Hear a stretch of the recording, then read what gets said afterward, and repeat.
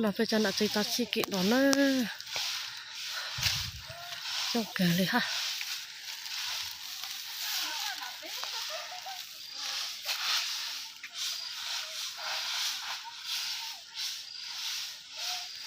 nó là ta chỉ kỹ đó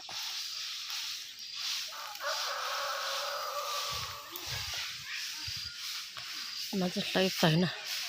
xin là ăn già luôn nè lấy phải nè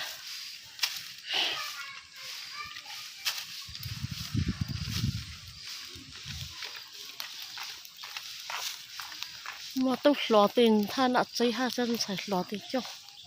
tôi chỉ kỹ nào